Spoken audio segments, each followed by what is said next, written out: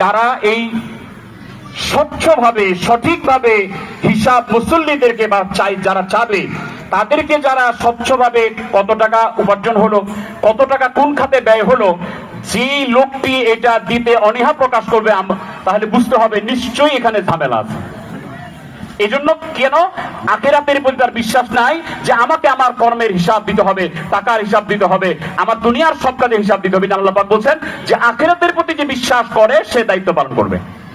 3 number, যে নামাজ পড়বে, কোন বেনামাজিকে মসজিদের দায়িত্ব দিবেন না। আল্লাহ তাআলা বলছেন যারা নামাজ পড়বে তারাই মসজিদ পরিচালনা করবে, যারা যাকাত ফরজ হলে যাকাত দিবে তারাই মসজিদের দায়িত্ব পালন করবে। বড়লোক মসজিদের দায়িত্বশীল কিন্তু সে যাকাত দেয় না, আল্লাহ পাক বলছেন না, এই লোক মসজিদের দায়িত্ব পালন করতে পারবে না।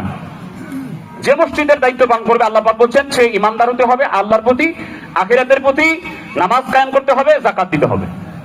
তো যেই লোকটা নিজেই যাকাত দেয় ওই লোকটা কমপক্ষে মসজিদের টাকা খাবে না, সেই লোকটা কমপক্ষে আমানতদারিত্ব নষ্ট করবে না।